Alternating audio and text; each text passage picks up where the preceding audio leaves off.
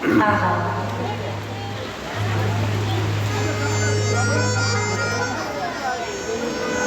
সুন্দর আমরা চাঁদের হাত করে ভগবানের চরণে এসেছি গো,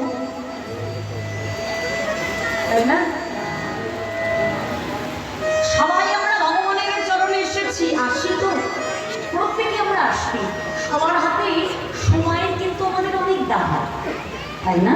যে যেমন তার হাতে সময়ের কিন্তু অনেক দাম আছে, কিন্তু সে বহু মূল্যবান সময়কে আমরা একটু করে হাতে নিয়ে সবাই আমরা আসি ওই ভগবানের চরণে।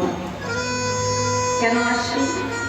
ওই দয়াময়, ওই কৃপাময়, ওই করুণাময়, তুমি কৃপা করি করুণা করে এই দুঃখ ভরা যন্ত্রণা ভরা সাগর থেকে আমাকে উদ্ধার করো, তাই না? কি তোমাদের দুঃখ আছে নাকি? এদের কোনো দুঃখ নেই, শুধু কষ্ট আছে। সবার জীবনে আছে না দুঃখ কষ্ট ভরা তো এই জীবন, নাকি গো? হ্যাঁ, দুঃখ সুখ নিয়ে জীবন, এই দুঃখ ভরা জীবন থেকে কৃপা করে করুণা করে উদ্ধার করো প্রভু। কারণ বলে না যার শেষ ভালো তার সব ভালো, তাই তো। তাই সারা জীবনের আমাদের যত কিছু সাধন ভজন পূজন সবই ওই শেষের দিনের জন্য। হ্যাঁ, সারা জীবনে আমরা যত কিছু সাধন ভজন পূজন করি সবাই শেষের দিনের জন্য গো।